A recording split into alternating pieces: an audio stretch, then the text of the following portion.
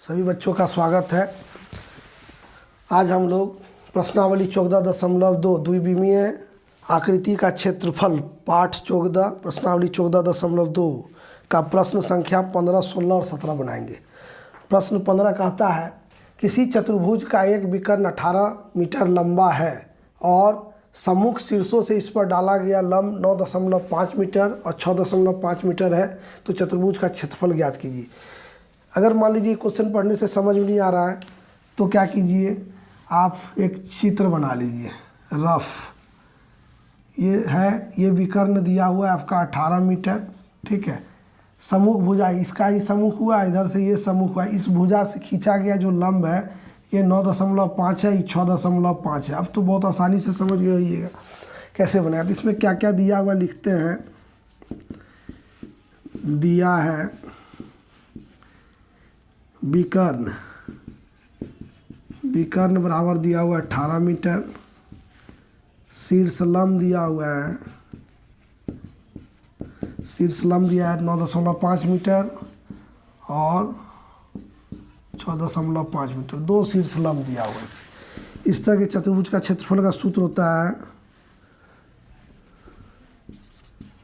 चतुर्भुज का क्षेत्रफल, ठीक है, बराबर 1/2 गुना शीर्ष लंबों का योग। क्या लिखेंगे? शीर्ष लंब लिखेंगे, शीर्ष लंब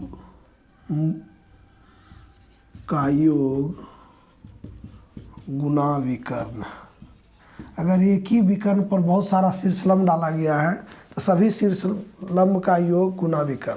तो इसका हो जाएगा 1/2 गुना शीर्ष लंब कितना है 9.5 जोड़ 6.5 गुना 18 मीटर। ये है मीटर, ये भी मीटर में है, ये 2 से 9 बार में कट जाएगा।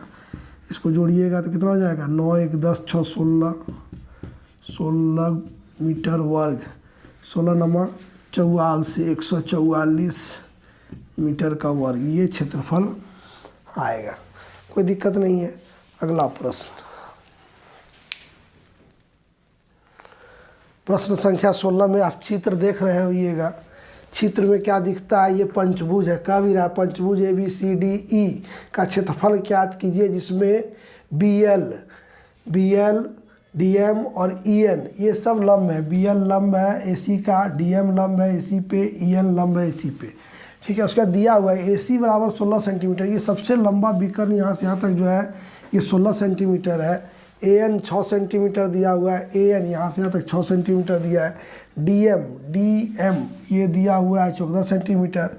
AM दिया हुआ है, A से M तक की दूरी दी हुई है 12 सेंटीमीटर। अगर यहाँ से AM बराबर है 12 और AN बराबर है 6, ठीक है, तो NM जो है NM हो जाएगा 12 में 6 गया 6, यानी यहाँ से यहाँ तक का दूरी 6 ही होगा। तो हम इस चित्र में अगर देखेंगे तो इसमें देख रहे हैं कि 3 त्रिभुज है। एक त्रिभुज ये बड़ा वाला, दूसरा ये छोटा वाला, तीसरा ये दूसरा था आपका, ये तीसरा था त्रिभुज।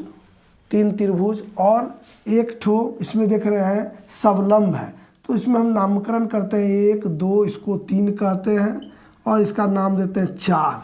तो सब चित्र का अलग अलग क्षेत्रफल निकाल के जोड़ देंगे तो इस बड़ा वाला क्षेत्र का क्षेत्रफल आ जाएगा, बड़ा वाला चित्र का क्षेत्रफल। तो पहले हम लोग को क्या क्या निकालना होगा, जैसे कि इस त्रिभुज ABC का क्षेत्रफल, पहला चित्र का लिखेंगे चित्र 1 या त्रिभुज ABC का क्षेत्रफल बराबर होगा आधा गुने आधार गुना ऊंचाई। तो देखिएगा यहाँ आधार इसका क्या होगा, आधा गुने आधार, आधार इसका हो गया AC गुना ऊंचाई हो गया BL। आधा गुना AC दिया हुआ कितना, AC 16 गुना BL दिया हुआ है 4, दुक्का से 2 बार में कट गया तो 32 सेंटीमीटर स्क्वायर। ये बड़ा निकल गया। दूसरा चित्र 2 में, वो भी त्रिभुज है, चित्र 2, ठीक है। चित्र 2 त्रिभुज आपका है DMC का क्षेत्रफल बराबर उसी तरह आधा गुने आधार गुना ऊंचाई। आधार इसका आधार हो जाएगा DM ऊंचाई हो गया गुना MC, ठीक है। तो आधा गुने DM, DM चौगदा दिया हुआ है। और MC कैसे निकालेंगे अब? तो हम AC का दूरी देख रहे हैं, AC बराबर दिया हुआ है कितना, AC बराबर दिया है 16 और AM बराबर दिया हुआ है 12। तो AC में AM घटा देंगे तो MC मिल जाएगा ना, घटा देने से MC बराबर निकल जाएगा 4 सेंटीमीटर। तो ये 4 सेंटीमीटर कर देंगे तो ये कट जाएगा दुक्का से 2 बार, और ये 14 दूना 28 सेंटीमीटर वर्ग। दूसरा का निकल गया। समलंब का निकालेंगे।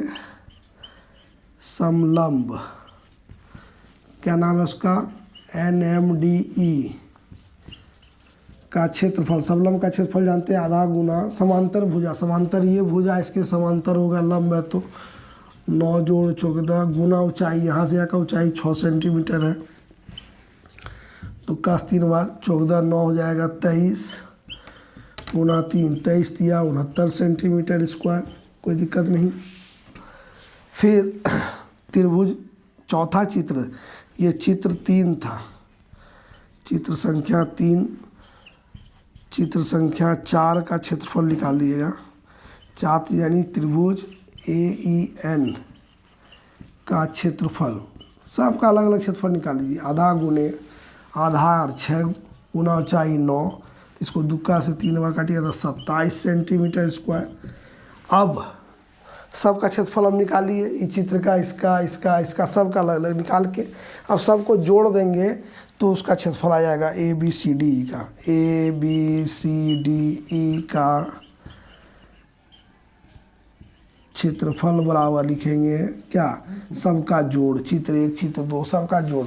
तो चित्र 1 का था 32 सेंटीमीटर स्क्वायर, जोड़ 28 सेंटीमीटर स्क्वायर, जोड़ 69 सेंटीमीटर स्क्वायर, जोड़ 27 सेंटीमीटर स्क्वायर। सबको जोड़िएगा, जोड़िए। 2 8 10 10 9 19 19 और 7 26 26 के 6 हाथ में 2, ठीक है।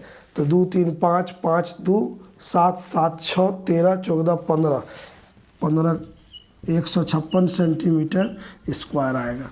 तो इस तरह से इस किसी भी तरह का क्षेत्रफल दिया हुआ, किसी भी तरह का चित्र दिया हुआ है, हम लोग अब तक क्या क्या पढ़े, त्रिभुज का क्षेत्रफल, समलंब का क्षेत्रफल, ये सब सूत्र लगा के सब चित्र का अलग अलग, उसमें से क्या करेंगे, चित्र को खंड खंड में बांट देंगे, टुकड़ा में बांट के सब टुकड़ा का क्षेत्रफल निकाल के जोड़ देंगे। इस तरह का जो प्रयोग है ये अमीन लोग करता है किसी भी खेत का क्षेत्रफल निकालने में, वो लोग इसी तरह से निकालता है क्षेत्रफल, क्योंकि खेत एक जैसा नहीं होता है, लंबा टेढ़ा कुबड़ा होता है।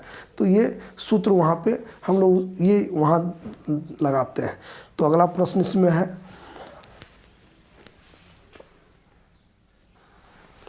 अगला प्रश्न जो है 17, इसमें भी पंचभुज का क्षेत्रफल ज्ञात करना है, जिसमें दिया हुआ है PB लंब है QT का, QT एक विकर्ण है, उसी पर PB, उसके बाद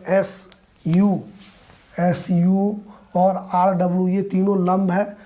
दिया क्या है, QT दिया हुआ है 10 सेंटीमीटर, यहाँ से यहाँ तक 10 सेंटीमीटर दिया है। QW देखिए 3 सेंटीमीटर दिया है, यहाँ से यहाँ तक 3 सेंटीमीटर। SU दिया हुआ है 5 सेंटीमीटर, ये 5 सेंटीमीटर है। QU कहाँ गया, Q और U यहाँ से यहाँ तक दिया हुआ है 7 सेंटीमीटर, यहाँ से यहाँ 3 है, यहाँ से पूरा 7 है, तो ये यहाँ से यहाँ तक 4 सेंटीमीटर हो जाएगा, ठीक है, 4 सेंटीमीटर हो जाएगा। P भी दिया हुआ है 4 सेंटीमीटर, ठीक है, और RW दिया हुआ है 6 सेंटीमीटर। अब सवाल बनाएंगे कैसे, ये सबसे बड़ी बात है, ठीक है।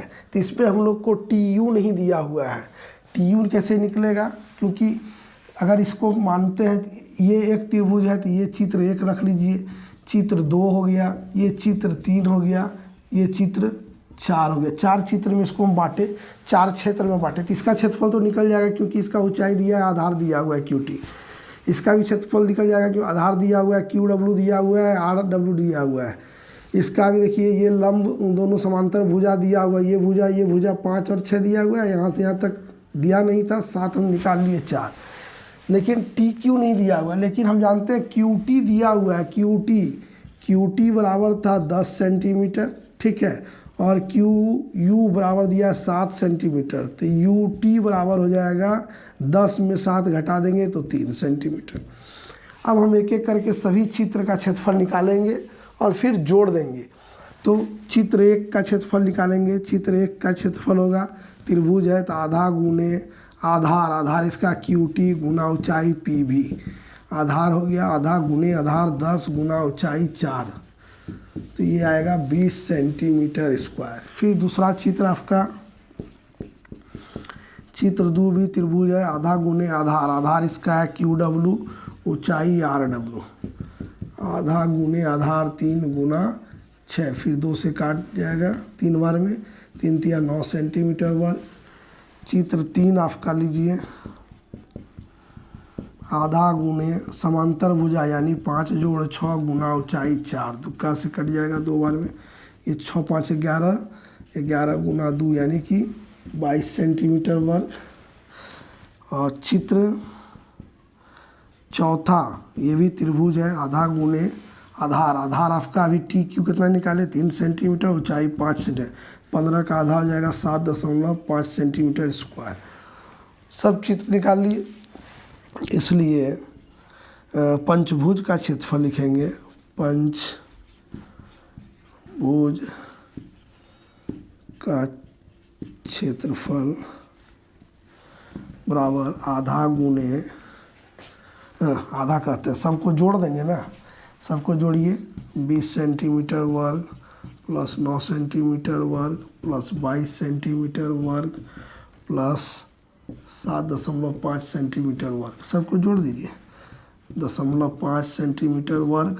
ठीक है, अब जोड़िए, ये देखिए 7 2 9 9 18, 18 के 8 हाथ में 1 2 1 3 2 5 58.5 सेंटीमीटर वर्ग।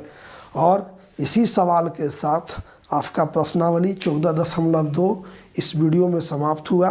इस वीडियो में मैंने आपको 3 प्रश्न 15, 16 और 17 बतलाया। अगर कहीं दिक्कत बुझाती है इस प्रश्नों को हल करने में तो कमेंट सेक्शन में कमेंट करके आप पूछ सकते हैं। अगले दिन मैं नेक्स्ट चैप्टर अगला पाठ जो है त्रिविमीय आकृति का क्षेत्रफल पे संबंधित प्रश्न अगला वीडियो में बताएंगे।